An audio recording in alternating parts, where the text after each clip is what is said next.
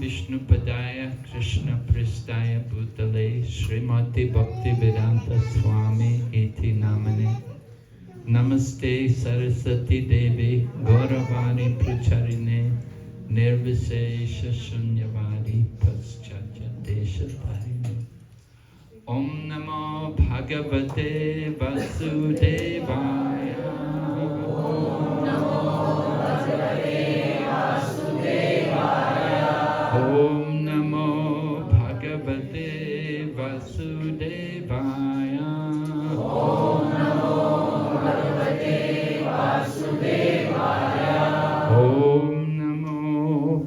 Bhagavate Vasudevaya.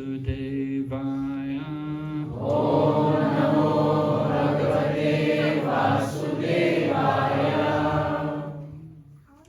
Vanchakalpatarubhyascha kripa sindhubhayavacha patitanam pavanebhyo vaishnavibhyo namo namaha. Very happy to see all of you nice devotees today. I have the good fortune to address you, to try to present something on our Krishna conscious philosophy. So, those of you who are reading Srila Prabhupada's books, then you will know one of the main subjects of Bhagavad Gita is surrender. And this, of course, it can sound something very challenging to all of us to think, oh, surrender, oh. I remember myself as a new devotee, when I first started to visit the temple, our center, I went to the center in London as a young man, and they were talking to me about surrender. You know, it sounded something quite terrifying. I could say I was quite rebellious as a young person. I grew up in the 60s, 1960s. Of course, most of you were not born even then, so you were in some other body, in some other place. But anyway, in the 1960s, it was something of a revolutionary period in the world. People were rebelling, they wanted change. And I was certainly thinking about the importance of change. You know, I wanted to understand more about the goal of life and why I'm here. What is this life meant for? So I always had a lot of questions, and I was never able to get any real satisfactory answers until I met the Krishna consciousness movement. And I first of all met the Krishna consciousness movement in one of Srila Prabhupada's literatures. First, a Back to Godhead magazine, which in those days was just simply color page on the cover, and inside was all black and white. Nowadays you don't see so much Back to Godhead magazine. It's become more an in-house magazine now. Previously we would use it for mass distribution to introduce people to Krishna consciousness. But in recent years it's become more just a magazine for the congregation. Anyway, I got a Back to Godhead, and later on I got a Krishna book, and then I found a devotee had another book by Prabhupada, and I was very impressed that the one man could write so many different books. His book was the topmost yoga system, and I'd taken the Krishna book. At that time it was only volume 1. The volume 2 hadn't even been published. But I was very attracted to the beauty of the books, and when I read the book, then it was even more awakening, that it had so much information and it seemed to answer all of my questions which I had about life. I certainly wanted to understand more about the goal of life and why I'm here and where I'm going. And this book seemed to answer everything which I could question about. So I was inspired to go and visit the temple, and I started to go regularly. And I was attending every evening. We had deities. Prabhupada had somehow managed to get Radha Krishna deities, which are now worshipped today as Radha London Ishwara. Of course, Krishna is not simply London Ishwara. You know, he's the controller of the whole universe, right? He's Param Ishvara. But anyway, Prabhupada gave that name to the deities. In France, of course, you have also Radha Paris Ishvara. And so Prabhupada had some interesting names for the deities. In Delhi, for example, in Delhi the deities are Radha Partha Sarati. It's unusual, Partha Sarati with Radha. Not very common, you know. Radha, of course, is in Vrindavan. Of course, she did go to Kurukshetra. She did go. Kurukshetra was the only place outside of Vrindavan where Radha and Krishna were together. But that wasn't at the time when Krishna was Partha Sarati. That was when Krishna came from Dwarka on the occasion of the solar eclipse. He'd come along with all of his wives and all of the family members and entourage. They'd come to Kurukshetra to observe the eclipse. And Krishna had arranged that the gopis would all come from Vrindavan and meet him at that time.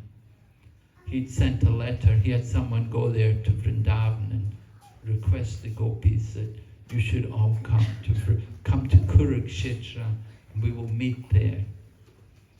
So of course Krishna had left Vrindavan, he'd gone to Mathura. When he went to Mathura, at that time, the cowherd boys came with Krishna to Mathura.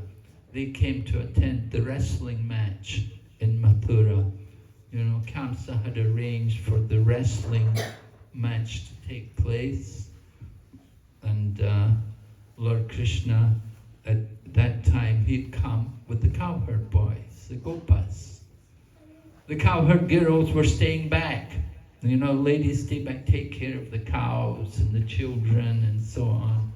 And the cowherd men, Nanda Maharaj and cowherd boys, Subal and all that, they all came. So that was in Mathura. And so Lord Krishna, of course, he'd gone to Dwarka and he'd married all of his wives. And then he's coming to Kurukshetra to observe the eclipse. And they came with all the great sages of Vyasa and everyone. So Lord Krishna wants to meet the gopis, and they came. So Radha also, she was there also with them. So Kurukshetra has that significance that it's the only place outside of Vrindavan where Radha and Krishna were together. So I don't know why Prabhupada called that name Radha Partha Sarati. It certainly is an unusual name for the Radha and Krishna. But anyway, the deities are there. You can see in east of Kailash temple there, beautiful temple, and beautiful deity worship also, very nicely worshipped. Initially, we were worshipping, I'd gone to India 1975, and at that time, we had simply a small rented house in the Bengali market. You know Bengali market?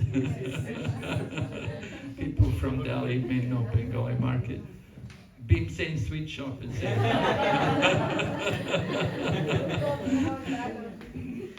Have you ever tasted? Oh. Bengali sweets, Bhimsen sweet shop. So we were there in the rented house, and I'd gone to 1975. Our movement was very small, just a few devotees. There was one householder couple from the USA were looking after the temple, Tejas Prabhu, very wonderful Prabhupada disciple. So he was running the Delhi temple. And of course, Delhi 1975, nobody spoke English, you know, everyone is, and it's a Ram town. There's Ram, people are more Ram conscious than Krishna conscious, you know. And so it was quite difficult, but somehow Prabhupada got us to keep a temple there. And then later on, Gopal Krishna Maharaj came there, And Gopal Krishna Maharaj had the determination, being of course a native Indian and could speak Hindi and everything nicely, so he could develop the temple. And now there's so many centers there in Delhi and so many devotees, wonderful, huge congregation. But initially it was very small, we were like 6 people staying there in Todarmao Lane, Bengali Market. Now they have huge temples. They just opened a big temple in Rohini. In Rohini, yeah, Rohini is probably the biggest, I'm told it's the biggest housing subdivision in Asia. Yeah. The most number of people, huge area. And they opened a very nice temple, very opulent temple. Gopal Krishna Maharaj opened just before he left the world. And another one is coming up in Dwarka. Big temple was coming up there. And so there's like about 14 temples now in Delhi. Prabhupada had said there should be a temple in every marketplace there in Delhi. So it takes time to establish our Krishna consciousness movement. It takes surrender. Just like staying in Delhi, it's not very easy. In the summer, very hot, right? What's the temperature there now? Maybe 50 or something. Yeah, like that, 50. And in the winter, very cold. Very cold. It can go almost 0. So it takes surrender to be there in those conditions. And Srila Prabhupada was traveling regularly between Vrindavan and Delhi. He would print his books in Delhi, printing first of all a newspaper, and then printing books. And this way he was preparing himself for the worldwide mission of spreading Krishna consciousness. So it took surrender. We all have to surrender, just like a mother. If you know, those of you who are a mother, you have to surrender a lot, isn't it? Just to be a mother, to take care of a family, to look after children. It's a constant endeavor. So much service is required. You have to cook for them, you have to nurse them, you have to counsel them, you have to be a guide, you have to be their mentor, you have to give everything. So many qualities are required. And so it's surrender. And many things we have to surrender to. You work in a job, it requires also a lot of surrender, working for a company. You work in the corporate world. You know, if you're in the corporate world, they want you to wake up in the morning and think about your company, you know. How many sales have you brought in? How are the customers? And, you know, they want you to be thinking just about the job and your results and how you're performing in that service for the company. They want you to sell your soul, right, for the company. So surrender is there in many different aspects of life. And Lord Krishna had spoke about surrender earlier in the 4th chapter, I think it was, of the Bhagavad Gita. Lord Krishna said, Ye yatamam prapadyante tamstataiva bhajamyam. As you surrender unto me, I reward you accordingly. So that was an initial statement from Krishna about surrender. That as we surrender, in other words, Krishna reciprocates according to us, it's according to how we relate to him. It's not that Krishna's forcing us. You know, somebody comes in with a gun and says, surrender. You know, sometimes you're in these kind of terrible situations, maybe during wartime, the enemy comes, surrender, and so Krishna is not like that. He's not someone who's forcing all of us to surrender. But he understands our situation and he reciprocates accordingly. As we approach him, Krishna responds. He's Bhakta Vatsala. He reciprocates with the devotees. He's not Jnana Vatsala and he's not Karma Vatsala, but he's Bhakta Vatsala. He wants that devotion. He wants us to have that, to approach him with that loving mood. That is a real thing which Krishna wants, right? He's not anxious for our patram, pushpam, palam, toyam, the leaf, the flower, the fruit and water. They're not very important to Lord Krishna. He has many goddesses of fortune all serving him. And so our little fruit and flowers are not so meaningful, but what he really wants is that love, that devotion, that bhakti. And to give that love, of course, we have to surrender. We have to submit ourselves in a manner which is done without any feeling of getting something back. That is the true meaning of devotion, that it's selfless service. So again, that's another frightening thing, that, selfless service. We know about selfish, but to be selfless, that's quite difficult for us. We have to gradually come to that mood of selflessness. And the more we become in knowledge of the teachings of Lord Krishna, then the more we can understand about our real self. That is really the first thing which we have to do.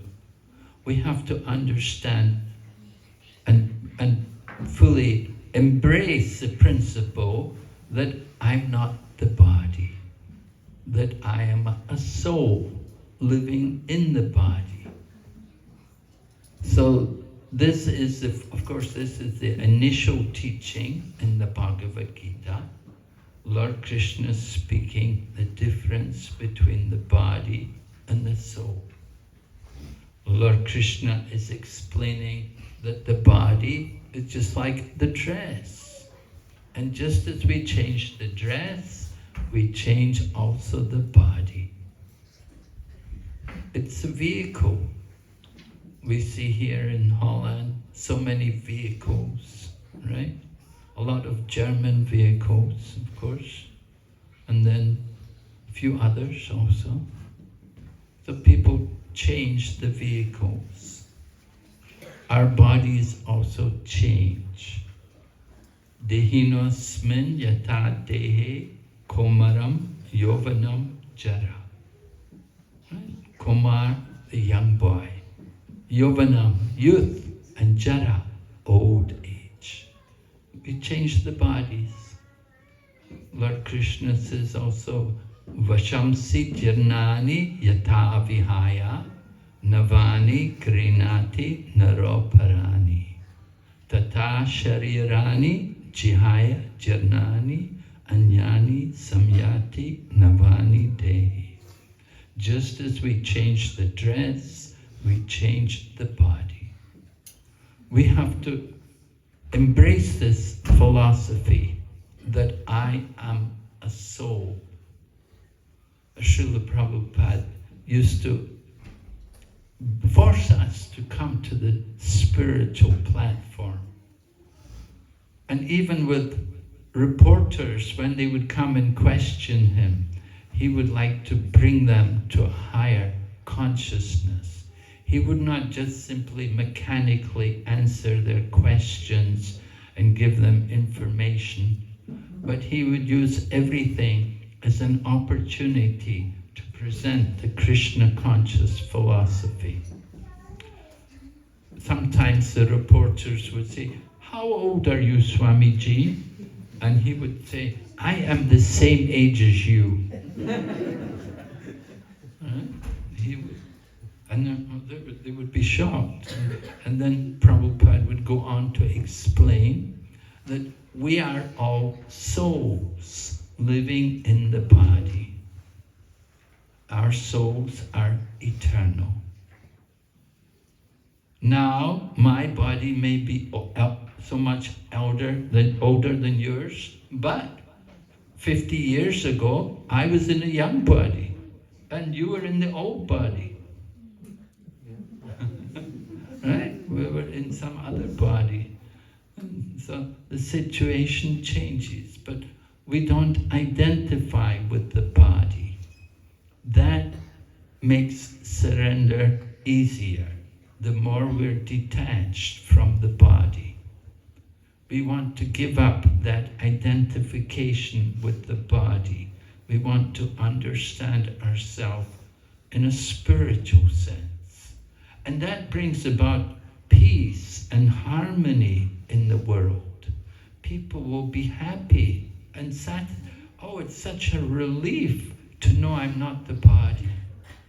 It's so terrible. This body is just meant to give us pain and trouble. You know, if you get a thorn in your foot, it's terrible.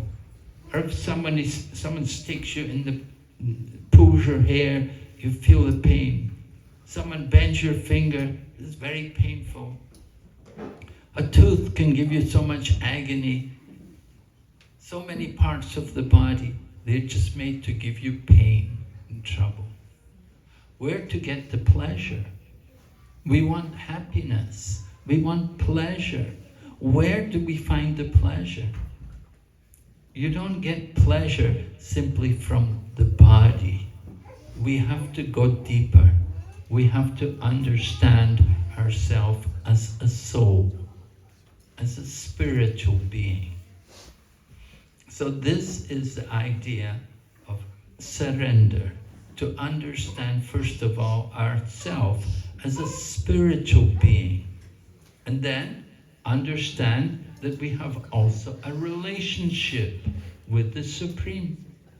And that's why he is coming in the form of, as coming as Lord Krishna on the battlefield, and he's telling Arjuna, surrender. Give up all of your religion. Sarva dharma parigyachna. Now, it's confusing for people sometimes because they think Lord Krishna came to establish dharma. But now, in the 18th chapter, 66, almost at the end of Lord Krishna's teaching, he's saying, surrender. Give up all your dharma. What is the meaning? He came to establish dharma. Yada yadahi dharmasya glanir bhavati bharata. He's come to establish dharma. And now he's saying give up dharma. We have to understand what does Lord Krishna mean. That he wants us to give up all of our pretentious religion. Religions where we're not actually genuine in approaching him, but we have some ulterior motive. We want to get something from him. This is material. That is called, in Srimad Bhagavatam, Srila Vyasadeva describes it as Kaitava Dharma, meaning cheating religion, not actually genuine religion, but pretentious religion. Some motive is there, that we're going to God, we're praying to God, but we want to get something from him. We're not coming to give. Srila Prabhupada went to America in 1960s, and people thought he was coming to beg. Prabhupada said, I'm not coming to beg from you. I'm coming to give you what you have forgotten. So this was Srila Prabhupada's message, that he wanted to give people that consciousness of God and their eternal relationship with God. So Srila Prabhupada taught what is real, genuine devotion, bhakti. That devotion must be unmotivated. We should not have any desire to get something from Krishna. But we should think, Krishna has given me so much. Sometimes we don't appreciate what Krishna has given us. That he has given us everything. He has given us food, water, air.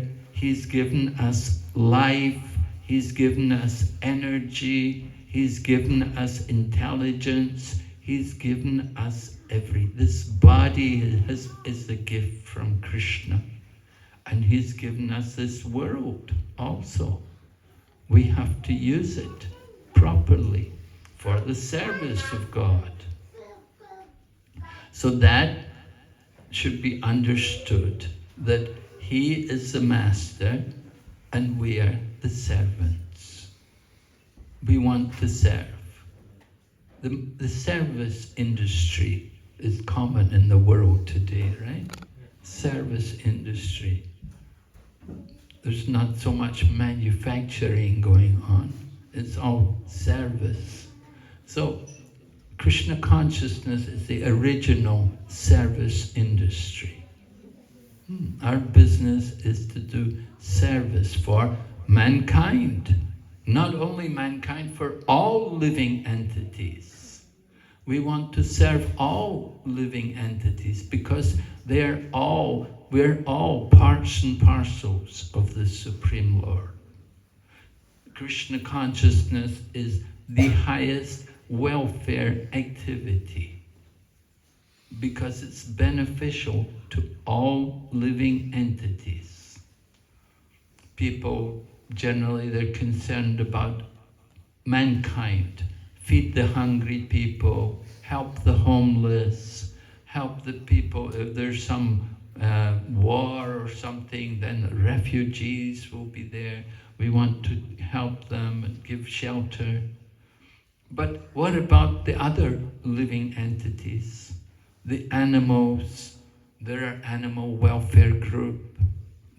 Nitai Ati Priya was telling me about how there's a group in Holland taking care of different animals in unfortunate situations, trying to help them. But not only the animals, we're concerned also for the trees, the plants, all forms of life. We want to help all living entities to come to their original consciousness of God. So that it's an awakening process. It is part of the surrender process. Coming to understand our spiritual identity. It's an awakening. We start to see the truth. We were born in ignorance. We often recite a prayer, Om Ajnana Timirandasya Gyananjana Shalakaya. That I was born in the darkest ignorance, but my spiritual master opened my eyes with the light of knowledge. I offer my obeisances unto him. So this surrendering process is something which we're all taking part in. Just like you surrender your Sunday afternoon, or today's Saturday, your Saturday afternoon. We're having a program here on Saturdays. You're surrendering your time to come here, take part in this program. It's surrender. We surrender waking up every morning, right? Sometimes it's difficult to surrender, to wake up, to get up, but we have to do it. We have to surrender. Lord Krishna says in Bhagavad Gita, surrender, give up all forms of religion. Give up all religion which is materially motivated. We're going to God and we're simply wanting to get something from Him. So we want to appreciate what has been given to us by God. Then real devotion can come about. Just like if you have a child and your child comes to you and asks you, Mother, you're such a nice mother. I love you so much. You're so kind to me. And please, can you get me a new mobile phone?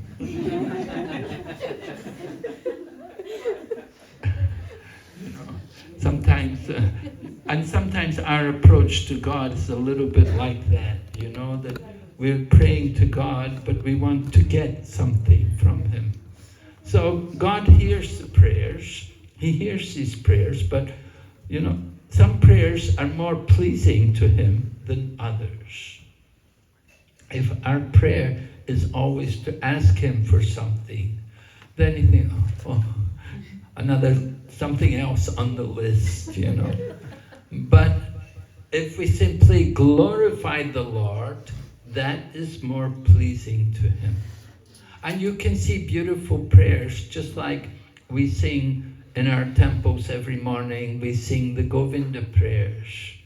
And if you've attended the darshan of the deities in the morning, you can hear the Govinda prayers sung by the devotees. Govinda Madhipursham Tamaham Bhajami. So Lord Brahma composed these beautiful prayers, and he's simply describing the beauty of Lord Krishna.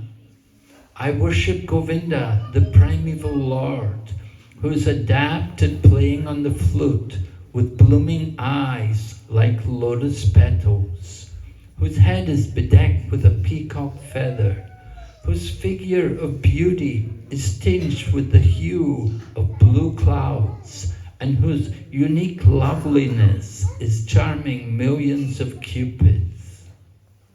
This is Lord Brahma's one of his prayers. He's just appreciating the beauty of Krishna. I worship Govinda, the primeval Lord, who's engaged in tending the cows, fulfilling all desires, in abodes built with spiritual gems, surrounded by wish-fulfilling trees, always served by great reverence and affection by hundreds of thousands of Lakshmis or Gopis. So these prayers are very sweet. And you can hear also Queen Kunti also pray to Krishna. Her prayers are very interesting. She's saying to Krishna, let all these calamities happen again and again.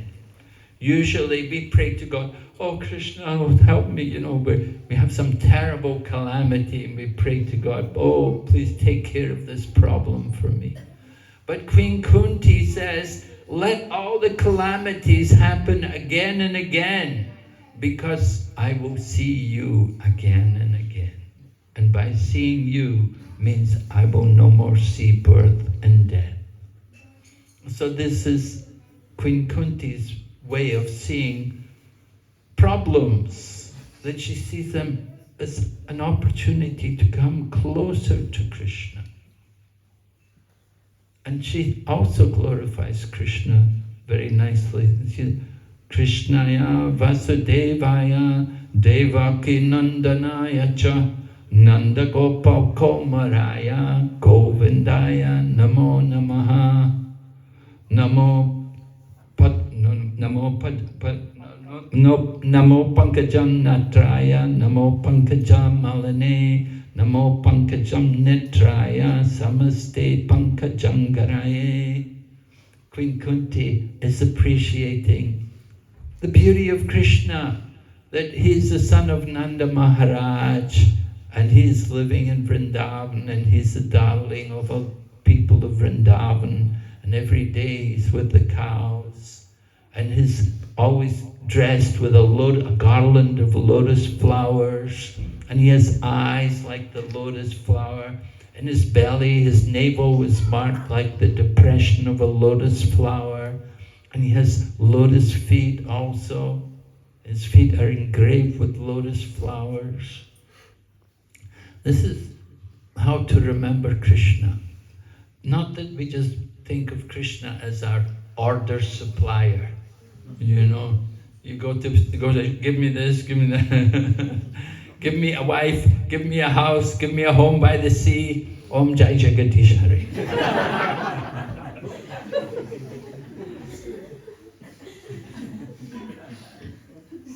So we want to understand Lord Krishna saying, give me pure love and devotion, right?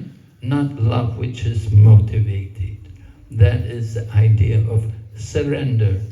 So how to do that? You know, in second canto of Srimad Bhagavatam, we're told that even you have all material desires, still you can worship Krishna. Akama sarvakama va moksha kama udaradi tivrena bhakti yogena yajeta purusham param. Even you have all material desires or no material desires, or you desire liberation, whatever you desire, still you should worship Lord Krishna, the Supreme Lord.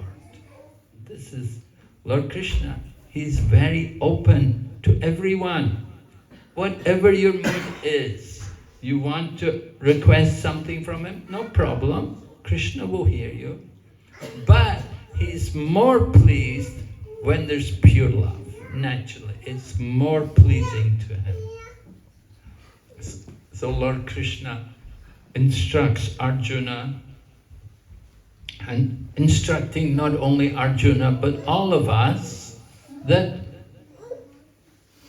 taking shelter of Lord Krishna will free us from all dangers.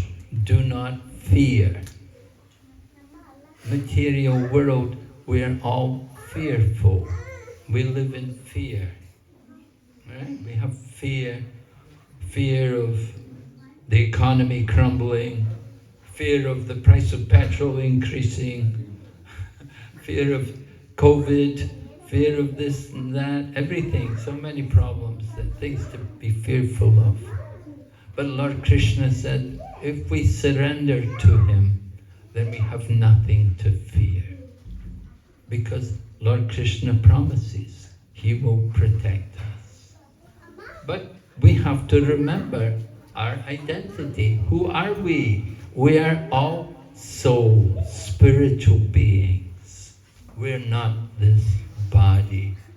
And we can understand this the more we chant Hare Krishna mantra. The more you're engaged in chanting Hare Krishna mantra and worshipping Krishna and reading the books about Krishna, then the less you will fear the material world. Because you will be situated in pure consciousness.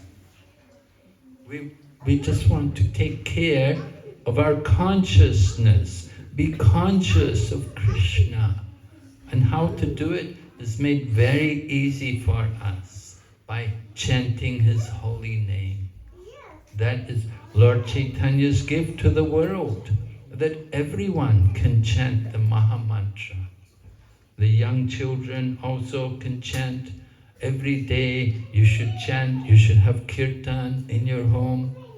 Just last night we were in Rotterdam temple and we had kirtan, and the devotees there did such wonderful kirtan. And I was surprised that they were so expert. And the one man told me, he said, yeah, these are my sons, and told me that my sons, I said, oh, they're so good in kirtan. He said, oh yes, we do kirtan every day at home.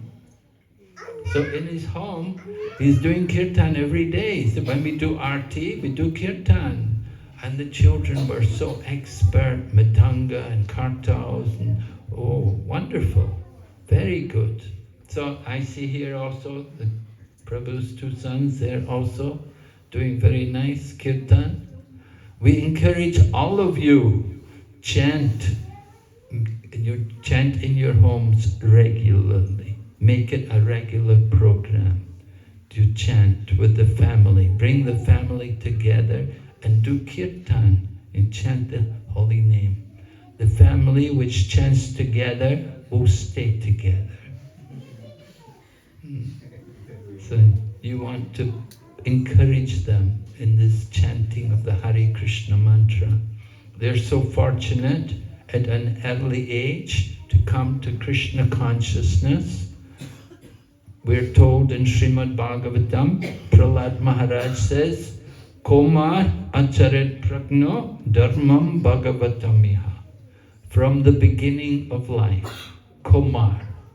Right? Lord Krishna's childhood, there's Kumar, Poganda and Kishore. 3 stages. So, first 5 years of life, Kumar.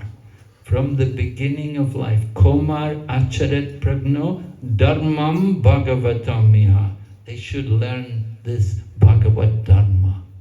They should learn about chanting the holy name and hearing about Lord Krishna. So today is actually the disappearance day of a very important personality. We just wanted to speak a few minutes about Shyamananda Pandit. Shyamananda Pandit was one of the saints who brought Krishna consciousness to Orissa. He was based more in Orissa. Today we have a lot of nice devotees coming from Orissa. Gaur Govinda Maharaj, of course, he's disappeared. He was originally from Orissa. And there are many other, Prabodhananda Maharaj, and Vaishnava Maharaj, different sannyasis in ISKCON, many are from Orissa. So Orissa was the place where Shyamananda Pandit was preaching. But initially, his family were they were Bengali and they lived in Midnapur, which was a part of Orissa. And as a young child, he was very attracted to the deity and to chanting mantras and to being with devotees. And the family saw his interest in devotional activities. And they told him, you should get a guru, you should take a guru. He said, I know who my guru is. And they were surprised. And he told them, he said, my guru is Hriday Chaitanya. Somehow he had already decided who his spiritual master was going to be.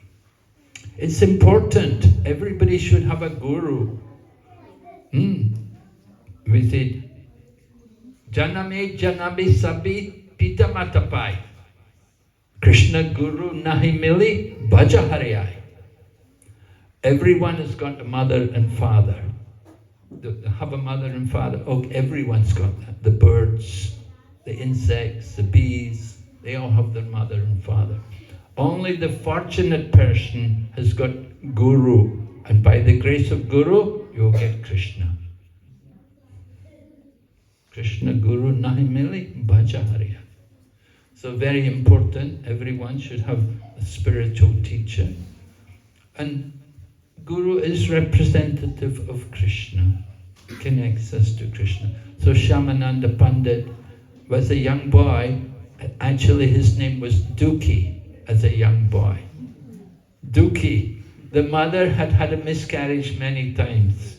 She'd given birth different times and somehow wasn't able, children didn't grow or they died very early. So when this boy came, they thought, we'll give him the name Dukhi, then maybe Yamaraj will not trouble us, won't take him away. So he was called Dukhi. and Dukkha meaning sad, right? So anyway, they saw he was very devotional, and so they told him, you get a guru. So he became the guru of this Hriday Chaitanya. Hriday Chaitanya was a disciple of Gauridas Pandit. There were two brothers. There was Surya Das Pandit and Gauridas Pandit. Surya Das Pandit, do you know? He's the father-in-law of Lord Nityananda. Lord Nityananda accepted the two daughters of Surya Das Pandit as his wife, Janava and what's the other? Janava and her sister, anyway. So the two girls both married to Lord Nityananda, and Surya Das Pandit was the father of the two girls. And he had a younger brother named Gauridas Pandit. And both these two brothers, they were great devotees of Lord Chaitanya, and they had Gaurnitai deities. You can go there today, you can see these deities. They're very beautiful, very special. They're from neem wood, carved out of neem wood. And they're worshipped there in a place called Ambikakona. Ambikakona, it's in Bengal. It's not far away from Mayapur.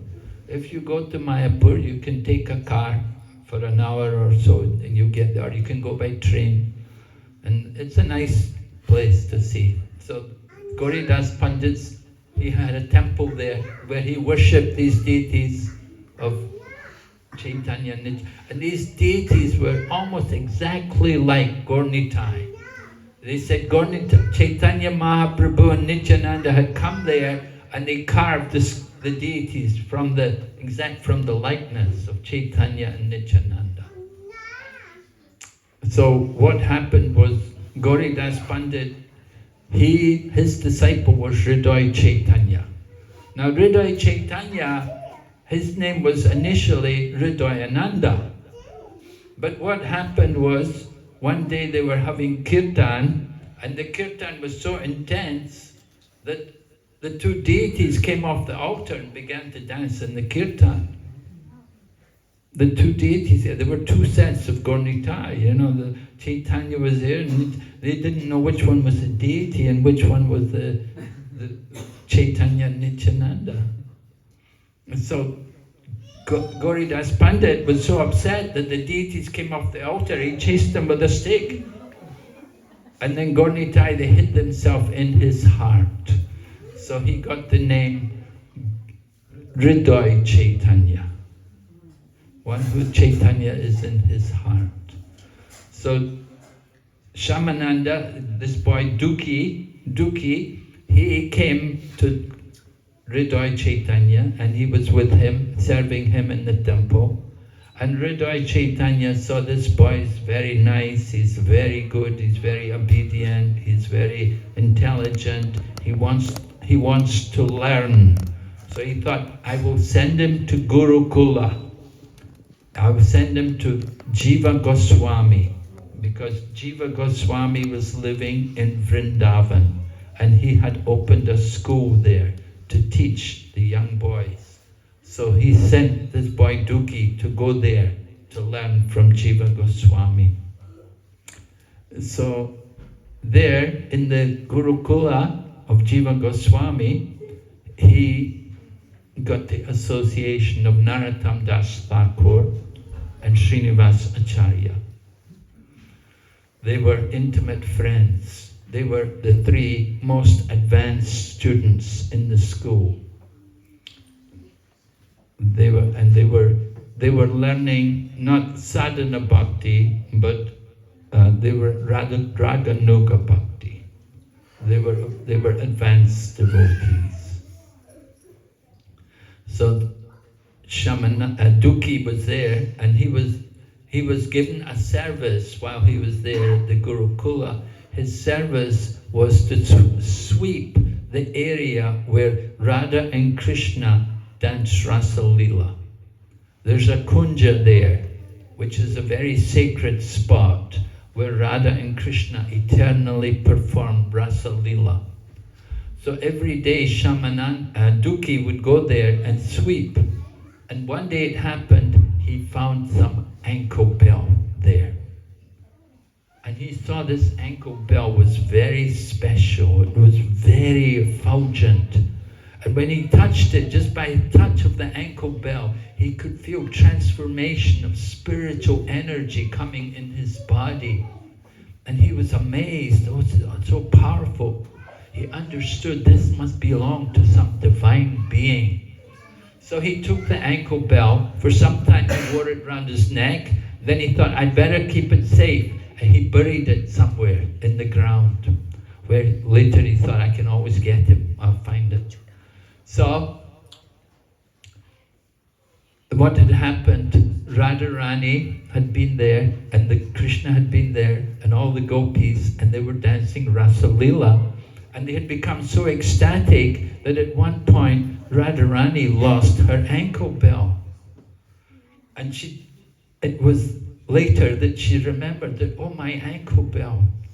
And she asked one of the gopis, she asked Vishaka, her intimate friend, can you go and get back my ankle bell? I've lost it in the kunj there where we were dancing.